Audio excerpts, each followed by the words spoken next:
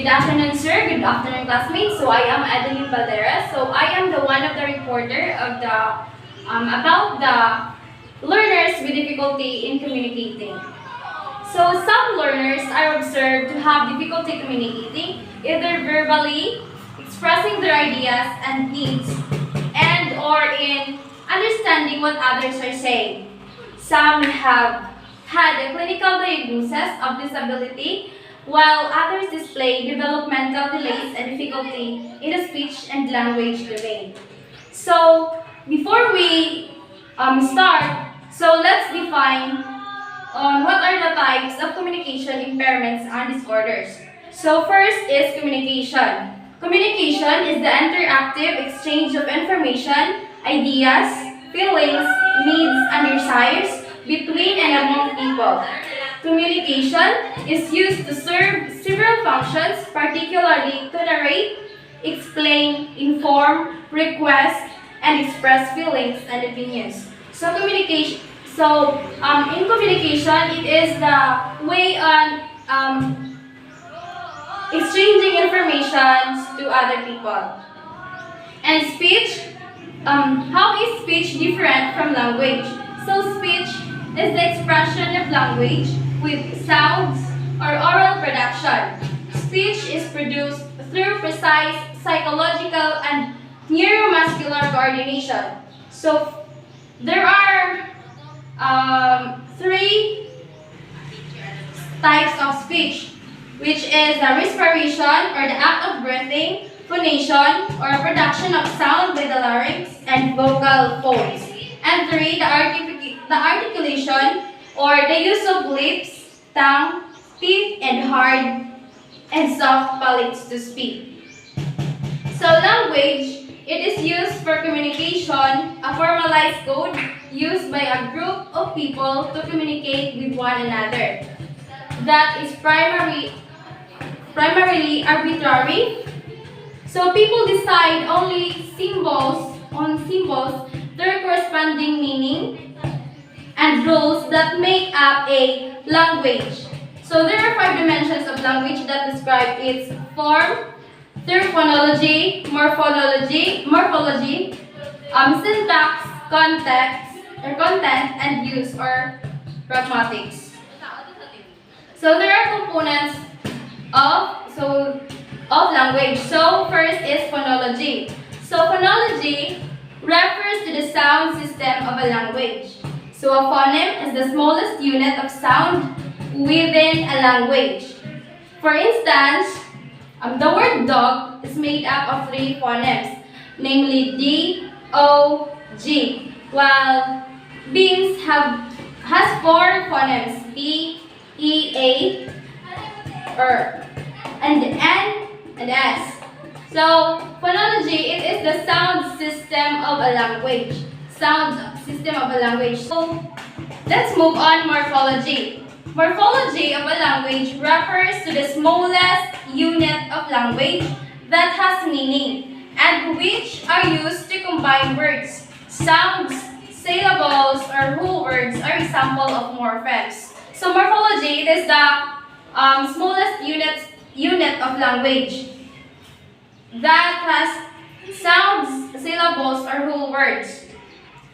So let's move on syntax. So syntax is the system of rules governing the meaningful arrangement of words, which also including grammar rules. So syntax is arrangement of words in a sequence with a correct grammar. For example, is the phrase or the word ready, get for the exam. So the correct grammar for this is the get ready for the exam. So let's move on to semantics. So semantics refers to the meanings associated with words and combinations of words in a language. This also includes vocabulary concept, development, connotative meanings of words and categories. So semantics, it is a meaning and interpretation of words, signs, and sentence structure. So pragmatics. Pragmatics revolves around the social use of language, knowing what when and how to communicate and use language in specific context. So there are three kinds of pragmatic skills. First is using language for different purposes. So you can use language in a different purposes. Like through narrating, explaining, or requesting, and etc. Second is changing language according to the context. For example, is talking to a peer as a compared to speaking to a well-respected professor. And the third is following rules for conversations and storytelling. For example, taking turns, rephrasing when unclear, how to use facial expressions and eye contact, and etc. So, speech impairments are communication disorders such as stuttering, impaired articulation, and language or voice impairments. Such disorders are significant enough that they can adversely affect a student's academic performance. So there are four basic types of speech impairments: articulation, phonological, fluency, and voice disorder. So some learners have or has a difficulty in communicating, which is what we call speech impairments. So there are types of speech impairments. First is the articulation disorder. So a child is unable to produce a given sound physically. Severe articulation disorder may render a child's speech unintelligible. For example are substitutions, omissions, distortions, and additions of speech sounds. For example is the word or the phrase, I want a blue lollipop. So the children, makasulti siya, or iyang magawa sa iyang baba is, I want a blue pop. So there are some learners who have this kind of difficulties. Kanang sayop ang magawa sa iyahang or sayop ang words na magawa sa iyang baba. And then, phonological disorder. So a child produces multiple patterns of sound errors with obvious impairments of intelligibility. There is also noted inconsistent misarticulation of sounds. For example, is sometimes a child is able to articulate it but not in other words. For example, is that pie is good. So some learners ang child nga magawa sa iyang baba if not na siya ni phonological disorder, magawa sa iyang baba is cat by is good, not the pie is good. So there is a difficulty in kanang magawa sa iyang baba is ang word or letters. So fluency disorder. So difficulties with the rhythm and timing of speech. Stuttering is an example marked by rapid, far repetitions of constant or vowel sounds, especially at the beginning of words. Prolongations, hesitations, interjections, and complete verbal blocks. For example, the word is musulti ang bata og I want iyang buti pasabot is I want a banana. But ang prolongation sa iyahang word is sayop na ang rhythm or ang timing sa iyahang speech. Ang magawa sa iyang baba is I want a banana. At ng prolongation sa iyang word sayop na. So that is a fluency disorder. So voice disorder. Problems with the quality or use of one's voice resulting from disorders, the larynx. Voice may be excessively hoarse, breathy, or too high pitch. For example is kanang in this type of speech impairment is ang voice disorder ang bata na yung voice disorder na siya high pitch na yung iyang magawas na storya or magawas niya nga words. So here, let's talk about the language disorders. So language disorders involve problems in one or more of the 5 components of language are often classified as specific or receptive. Language disorders are characterized by persistent difficulties in acquiring use of language that result from deficits in comprehension that include reduced vocabulary, limited limited sentence structure and impairments in discourse that limit a child's functioning. Now, to receive a diagnosis of language disorder, the difficulties must not be due to an accompanying medical or neurological condition and other developmental disability, intellectual disability, or global developmental delay.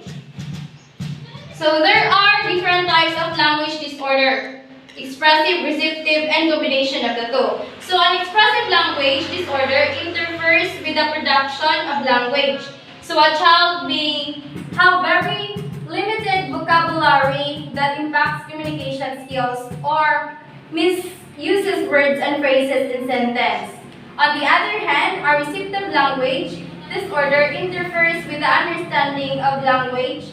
A child may have difficulty understanding spoken sentences or following the direction a teacher gives. Some children may be found to have a combination of receptive and expressive language disorder. So, expressive language disorder, it is a child may have very limited vocabulary. Just like, for example, in an expressive language is like a student that he or she cannot express clearly or listen siya express on what is kung saan ang dapat niya ipasabot sa receptive language disorder ka na in kung sa ang gusto na mas or gusto nga pasabot niya but dili or mag-listen siya og sabot. So kay na siya kanyang mo na siya nga na siya expressive language disorder, receptive language disorder, na siya difficulty ana. For further information, I give the floor to Miss De Los Reyes. Good afternoon, sir. Good afternoon, classmates. So I am De Los Reyes Shane. I'm the one who tackled the identification. So, communication difficulty is oftentimes one of the most common red flags observed by family members, daycare workers, and early childhood teachers. Noted absence, delays, and difficulties in speech and or language often prompt family members to consult their general pediatrician, who then makes referrals to development pediatricians and other specialists. So, communication difficulty is kana siya, dali na siya ma-identify sa mga those teachers or muna siya yung una nga mahibalaan sa mga teachers or parents na sa ilang bata nga na ay problema ang anan sa communication. So, sa example sa school, kung mapatayan sa teacher nga, dagan siyang absence, dagan siyang absence yun, dili siya kaayo kabalong mo express sa iyahang idea. So may bala na siya nga naa siya problema sa communication. So to screen children with communication difficulties, early childhood professionals use questionnaires and development checklists to determine the severity of the delay as compared with typical language development. So, para mahibalan itong mga bata nga na communication difficulty, pwede mo gamit ang mga professional o mga assessment or questionnaire to check o para i-check kung unsa ilang problema ang diha nga dapita. So, how do specialists determine a speech and or language problem? So, a comprehensive speech and language evaluation to determine the presence of a communication disorder involves several components. So, naay mga, kasi tawag mga components sa mga specialists to sa nila pag-determine nga ang kanang bata na siya language problem. First is case history and physical examination. So, case history and physical examination, assessment always begins with a case history that provides the specialist the necessary background about the child's birth and developmental story, health record, achievement test scores, and adjustment in school. So, diri nga dapit, usa ni siya ka assessment nga mahibalan ang unsay history sa bata nganong naing ana siya nganong na siya problema sa iyahang sa the way siya mo communicate sa istorya niya nga lugos siya kasabot na ay mabanan kung unsay istorya ng bata sugod sa iyang pagkagamay hangtod nga naing ana siya. So second is hearing. Hearing is tested to determine whether an organic hearing problem is the cause of the suspected communication disorder. As discussed in the previous section, this hearing impairment needs to be treated to develop speech and language skills. So hearing, so usapod sa problem nga ngano ang bata nga maglisod siya og express kay sa iyang pandungog. So for example, kung ang bata lugos ka dungog sa gikan sa usa ka tawo nga nagi-istorya niya, so maglisod pud siya determine kung unsa lang to nga istorya na yung kuan. So usa po na siya sa problema. Third is articulation. A child's articulation skills are assessed, which includes identifying speech errors. So articulation sa giingon ni Balderas ganiya nga daw katon sa the way move iyang lips, iyang tongue. Kung ingana na gani nga mabantayan nga murag lahi iyang movement sa iyang lips ug tongue, usa na siya sa problema na siya communication difficulty. Next is phonological awareness and processing. Phonological awareness and processing skills provide the foundation for beginning to read in young children. Children with difficulties in processing sounds in language as well in hearing, segmenting and identifying phonemes in words may experience problem with expressive and receptive spoken language as well as in learning how to read. So phonological awareness and processing. So this is the ability to recognize and manipulate the spoken parts of sentence and words. So next is overall language development and vocabulary. So kini siya, usa ni siya ka test na magamit to measure a child's overall language development and vocabulary as the effects of unsaon sa bata nga maka-understand siya sa usa ka language in a spontaneous speech and in academic settings. Next is assessment of language function. Language is to serve several functions such as request, name, imitate, ask, and converse others. So assessment of language function. Usay gihapon ni siya ka assessment na diha nga mahibalan sa usa ka specialist or sa ka parents or teachers nga kaning bataan na siya yung weakness ani nga diha nga dapit sa the way siya communicate. So last is language samples and observation in natural settings. So language difficulties may be also identified through play-based authentic assessment where specialist plays with a child during with spontaneous speech and verbalization can elicited. So, ang communication difficulty di ay dili ra pud ni siya mabantayan sa dawi siya mo istorya, dawi siya sa iyang pandungog. Mabantayan pud ni siya so through play-based kung like example kung magpa-activity ka nga like na ipadula. Kung na siya yung problema nga dili siya kayo maka-gets og mga sa imong instruction. So diha po dapat siya problema sa communication. So that's it.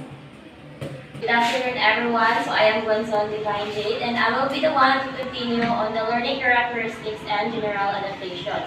So first, we'll start with learning characteristics. So children with communication disorders often frequently struggle across different social settings, whether at home, school, or any part sa community. So some of the difficulties that characterize communication disorders are presented in the table.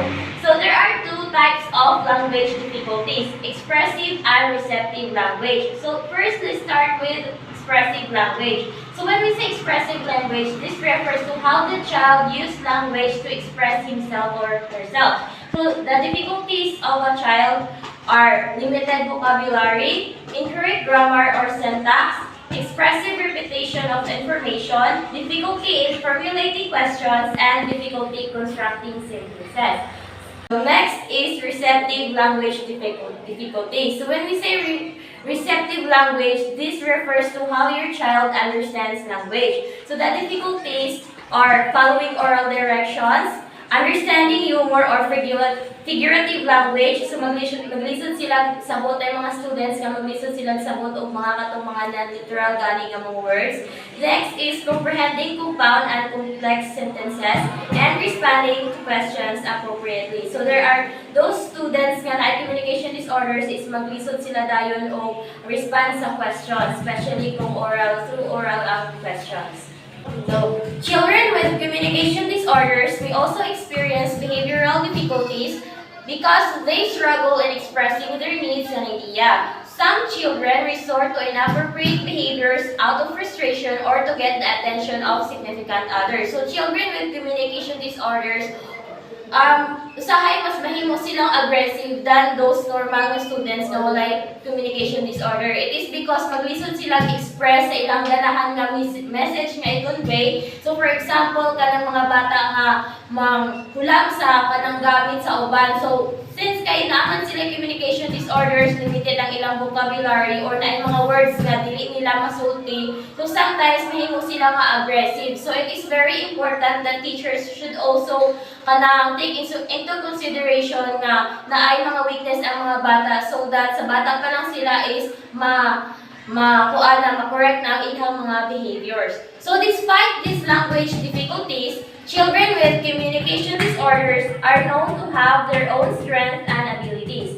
Children with communication disorders may have limitations in the linguistic and interpersonal areas but may possess good spatial, musical, bodily kinesthetic abilities. So, despite having those difficulties, children with communication disorders are also talented. There are those students na bisan og maglisod sila express sa ilahang maglisod sila express sa mga words sa ilang ganang isulti, but those children naapod sila mga strength, just like na ay mga uban nga perti og mga play og mga musical instruments such as pianos, guitar, and violin. Then naapoy mga students nga very creative, nga naa sila, good sila when it comes to painting, drawing, and of course those students nga perti sa mga hands-on activities.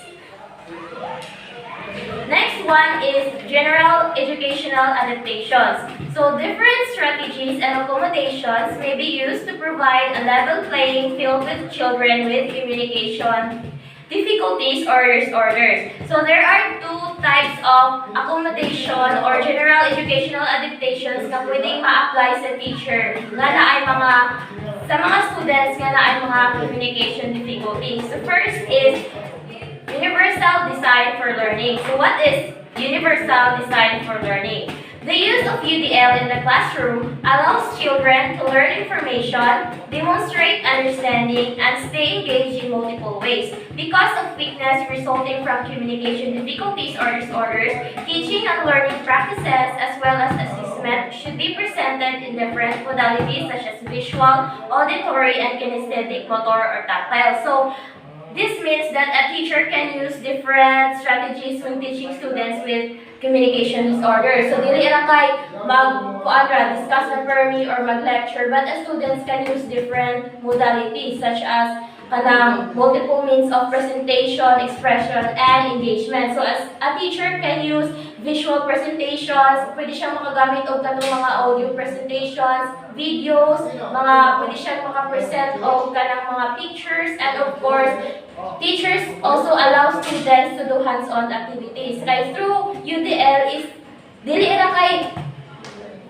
para ma-cater nimo ang mga needs sa mga students nga na ay communication disorders, but also para makapromote kang inclusion sa classroom. Kaya kung gamit mo kag UDL is universal siya, it means nga pwede nimo dili ra kay katong mga communication nga atong mga bata nga ay communication disorders ang imuhang ma-cater ang ilang mga needs sa classroom, but also those students nga na ay difficulties when it comes to hearing, when it comes to seeing. So universal design for learning is very important nga i-apply sa mga teacher para ma-enhance pud ang mga strength sa mga bata nga na ay communication disorders. So the next one is practical tips for the classroom. So in addition to using UDL, a teacher can use several tips nga pwede niyang ma-apply to cater those students nga na ay mga communication disorders. So the following list provides practical suggestions that teachers can use in the classroom. So first is, allow the child to sit near the teacher and the blackboard, away from auditory and visual distractions such as window and the door. So kung ang usa ka teacher is maka-notice yang ang iyang usa or duha sa mga students niya nga na communication disorders, of course, a teacher pwede niyang balhin itong mga students na na communication disorders near sa blackboard o ipalayo sa mga distractions such as sa windows o sa blackboard. Windows o sa mga doors. Then number 2, get the child's attention before giving direction. Call the child's name or use a pre-arranged signal such as tap on the table or hand on the shoulder to help the child focus and listen to the direction. So when giving direction, it is very important na ang teacher is mukol sa name sa mga students nga na communication disorders para makatch niya ang ilahang mga attention. Then number 3, use pictures, charts, and other visual aids when explaining content to supplement auditory information. So when a teacher is nag-discuss na siya sa iyang information, nag-lecture na siya sa iyang mga lessons, so dili ra kay mere discussion or lectures ang iyang i-apply, but also a teacher can use mga visual presentations such as charts or other visual aids para mas masabtan sa mga students nga na communication disorders ang lesson. Next is speak slowly and clearly without exaggerating speech. So kung ang teacher gali is naa siya mga students nga with communication disorders, ang teacher is kinahanglan siya nga musulti slowly and clearly. Musulti siya, it must be clear and concise. Then avoid og kanang mga sulti gani nga mga exaggerated nga mga words para dili maglibog ang mga students nga naay mga communication disorders. Number 5, simplify directions into short steps, breaking down multi-step directions and give each one at a time instead of just repeating each one. So when giving directions, teachers should give og mga directions nga kanang straight to the point ba, nga kanang dili muhatag og mga directions nga sa sunod pa nga nila nga time buhaton. But when a teacher is giving siya og mga directions sa students, it must be short para katong mga students nga na ay mga difficulty with communicating is mas dili sila malibog. Next is provide a written copy of directions for a task so a child can refer back it at his or her own pace. So when giving directions, ang teacher can provide mga written nga mga materials na ay mga directions so that kung naaman sila yung mga nalibgan or kanang mga words nga ilahang nalimtan kung sa laman mga ipangsulti sa ilang mga teachers, makita sila sa mga copy nga imuhang i-provide. Next is use gestures to clarify information. Of course, mga students with communication disorders, nana sila yung mga limited ang ilang vocabulary, so na yung mga words nga kanang nila masaktan. So it is very important to kanang muhatag kag information nga clear. Number 8 is use peer-mediated instruction so that peers without difficulties can serve a language models and learning body. So in a classroom, di ba naamad yun na siya yung mga students nga mga walay mga learning difficulties or walay mga communication difficulties. So a teacher can use those students nga kanang mga walay mga difficulties, isagol nila, i-pair nila sa mga students nga na ay mga walay mga difficulties aron mag-serve sila as guide sa mga students nga na ay communication difficulties. Number 9 is provide extra time to prepare for oral language activities. Do not call children with difficulties or disorders to recite first in class. Call other typical developing children first to serve as language models. So, when giving an oral recitation, it is very important that teachers should take into consideration nga ang mga children with communication difficulties are maglisod na sila sabot o na ay mga words nga dili nila dahil masabtan o limited ang ilang vocabulary. So, when giving oral mga activities, you as a teacher should provide enough time para mas ma-enhance nila or mas na sila enough time to prepare for themselves. Next is model correct language forms and use appropriate wait times, 3 to 5 seconds or more, to give the child time to think and respond. So it is very important ang teacher is maghatag siya ng mga appropriate time nga harong mas matagaan og enough time ang usa ka students nga mo respond. Next one is explicitly teach vocabulary that is needed in the learning context to promote better comprehension. So a teacher can teach kanang mga new words sa mga students with learning with communication difficulties para mas madugangan ang ilang mga words nga mabalaan for them to be able to kanang communicate other people nga kanang nadugangan na ilahang mga language difficulties. So, in conclusion sa among report, it is children with communication difficulties is kanang those students nga mag-isod og communicate. So, as a teacher, it is very important nga makabalo ka nga naay kay mga students kami anak para ma-cater nimo ang ilang mga needs, and of course you also have to identify those students nga learning with communication difficulties para ma-identify po nimo ang ilang mga strength para makabalo ka og asa nimo ilang mga students nga o para makabalo ka og mga ways kung saan nimo nga ma-enhance ang ilang mga skills o abilities. That would be all. Thank you.